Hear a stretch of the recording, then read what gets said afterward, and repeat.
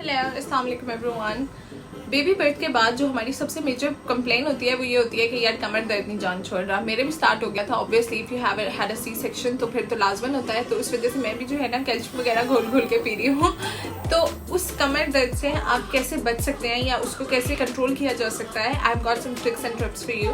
क्या बोल रही हूँ मैं, tips and tricks for you, so which I'm going to share with you guys and inshallah if you guys follow that आपको लाजमन effect होगा।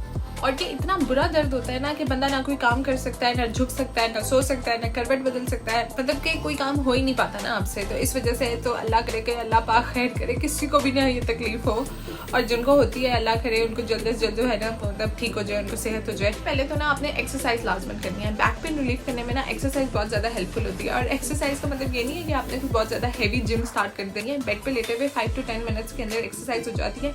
मुझे डॉक्टर ने नहीं, हॉस्पिटल में फिजियोथेरेपिस्ट ने आके रिकमेंड की थी, जो कि मेरे पास यहाँ नोट्स में पड़ी हुई है। That is how to relieve your back pain. और ये मैं वीडियो के एंड पे एक्सप्लेन करूँगी, इसका मतलब पूरा वो मुझे करवा के गई थी। मैं सिर्फ इस पिक्चर्स में से दिखा के एक्सप्लेन करूँगी, अल्लाह करेगा समझ आ जाएगी। तो ये मेरे लिए बहुत ज़्यादा हेल्पफुल है कि अगर मुझे हल्का सा भी पेन स्टार्ट होता था ना, तो मतलब मैं लेटे लेटे ये एक्सरसाइज कर लेती थी और मुझे मतलब फॉरन रिलीफ हो जाता था। तो you should definitely try this. तो जो सबसे पहला पॉइंट है ना, that is you have to keep your posture straight. मतलब आपने जो है ना जब भी बैठना है तो आपने ऐसे कुब निकाल के नहीं बैठना है, कमर बिल्कुल सीधी रख के बैठना है। वैसे तो कुब निकला हुआ वैसे बहुत बुरा लगता है ना, मतलब जिन लोगों को आदत होती है बिल्कुल झुक के बैठने की। मैं तो अगर किसी बच्चों को कहीं भी देखती हूँ ना तो मैं उधर ही टोक देती हूँ, बच्चों को, बड़ों को नहीं ऑब्वियसली, लेकिन ये बहुत बुरी आदत होती है। और स्पेशली ब्रेस्ट फीडिंग के टाइम पे कि like when you feeding your baby, तो आपने अपना पोस्चर इस तरह रखना है कि टेक लगा के कमर बिल्कुल सीधी रख के फिर आपने उसको फीड करवाना है। अदरवाइज मतलब मैं बिल्कुल, मुझे एक्सपीरियंस नहीं था तो मैं तो फुल झुक के लगी होती थी और मेरी कमर में उसके बाद इतना शदीद बुरा दर्द होना कि मेरे से ज़्यादा देर बैठा ही नहीं जाता था फिर स्टार्टिंग में। मतलब इस तरह की मतलब अपनी लापरवाहियाँ होती हैं बंदे की। तो उसके लिए जो है ना मतलब द मेन पॉइंट है इसके, आपने आदत बना लेनी है जब भी अपना पोस्चर बिल्कुल सीधा रखना है, झुकना नहीं है, झुके कोई चीज़ नहीं उठानी। फीडिंग के टाइम जो है ना लाजमन टेक लगा के बैठना है। सेकंड पॉइंट है इसके, आपने कोई भी भारी चीज़ नहीं उठानी, बिल्कुल भी भारी चीज़ कोई, पहले 6 मंथ्स तक तो आप बिल्कुल अवॉइड करें, ना कोई भारी चीज़ उठानी है, ना कोई चीज़ घसीटनी है, और ना ही जो है ना कोई ऐसे भारी काम करना है। क्योंकि हमने 9 महीने इतने आराम और एहतियात से गुजारे होते हैं कि हमें एट द एंड लगता है यार अब तो हम बिल्कुल ठीक हो गए हैं, फाइनली शुक्र है अब हम तो सारा कुछ कर सकते हैं। मुझे खुद को भी ऐसे फील होता है, लेकिन वो बाद में हमारी अपनी लापरवाहियों की वजह से हमारे अपने लिए नुकसानदेह होता है। तो इसलिए बेहतर है कि यार बंदा थोड़ी सी जो है ना परहेज कर ले, पहले ही थोड़ा सा ध्यान कर लो, ताकि आपको लॉन्ग टर्म में जो है ना लॉन्ग रन में आपको फायदा हो।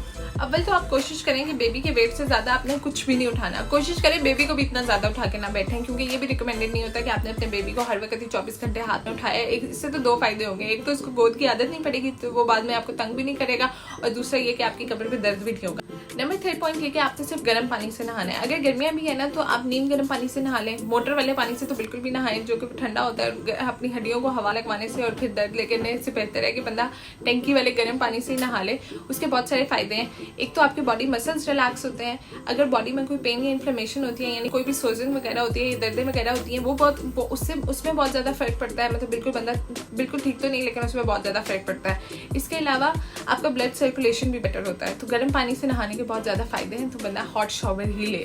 अगर तो आप लोगों के पास मसाज वाली मशीन है तो वो तो बहुत ही बेहतर चीज़ है। अगर नहीं भी है ना तो कोशिश करें कि किसी को बुलवा के दबवा लें, क्योंकि दबाने से या मसाज करवाने से इतने बॉडी रिलैक्स हो जाती है। सिर में तेल लगवाएं, अच्छे से बॉडी पे, हाथों पैरों पे, टांगों पे तेल की मालिश करवाएं, और उससे बहुत ज़्यादा रिलैक्स हो जाते हैं मसल्स वगैरह और बैक पेन भी। तो इस वजह से जो है ना आई वुड डेफिनेटली रिकमेंड कि आप लाजमन दबवाएं और मसाज करवाएं।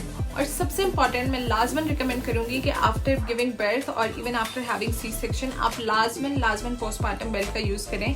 इससे एक तो ये होता है कोई स्टिचेस में कोई पेन वगैरह नहीं होती, even if you had a caesarean, तो उससे कोई फर्क नहीं पड़ता। लेकिन इसके और बड़े फायदे हैं। एक तो ऑब्वियसली आपका पेट अंदर चला जाता है, दूसरा बैक सपोर्ट मिलती है। कमर दर्द में इसकी वजह से यार सच में बहुत ज़्यादा फर्क पड़ता है। तो मतलब I will definitely 100% recommend you guys कि आप लाजमन यूज़ करेंगे। सबसे पहले हमने पाँव को आगे पीछे करके ये वाली एक्सरसाइज करनी है। उसके बाद ये जो हमारा घुटनों वाला पॉइंट होता है ना, इससे हमने दोनों टांगों पे बारी 10 टाइम्स ऐसे थोड़ा सा नीचे की तरफ वजन देना है। मतलब ऐसे हल्का सा स्ट्रेच करना है इस साइड पे ना, तो इससे ये जो पूरा ये वाला मसल्स होते हैं इनके अंदर थोड़ा सा स्ट्रेच होता है। तो 10 टाइम्स। इसके बाद आपने ये वाली एक्सरसाइज करनी है। ये तो खैर बहुत सिंपल सी है, मतलब पहले एक टांग को फिर दूसरी टांग को, एंड आफ्टर दैट आपने दोनों टांगों को फोल्ड करके पहले राइट साइड पे मूव करना है और फिर लेफ्ट साइड पे मूव करना है। दोनों मतलब ये सारी एक्सरसाइज जो है ना 10 टाइम्स करनी है। उसके बाद दोनों हाथ इस तरह सीधे रख के ये जो हमारा हिप्स वाला पॉइंट होता है इसको ऊपर नीचे उठाना है, मतलब 10 टाइम्स। तो इस तरह जो है ना मतलब ये बिल्कुल स्ट्रेट हो जाएगा। आफ्टर दैट ये कमर वाले पॉइंट की एक्सरसाइज है। उसके अलावा ये आपने ब्रीथ इन ब्रीथ आउट करते हुए हाथ पहले पूरे ऊपर लेकर जाने हैं, पहले अपने सीने पे रखने हैं और उसके बाद फुल ऊपर लेकर जाने हैं और ब्रीथ इन ब्रीथ आउट करते रहना है। और ये बेड से उठने का तरीका बताया हुआ है, मतलब ऐसे पूरा उठने नहीं, मतलब आपने पहले साइड से सपोर्ट लेनी है उसके बाद उठना है। And the last one is pillow exercise.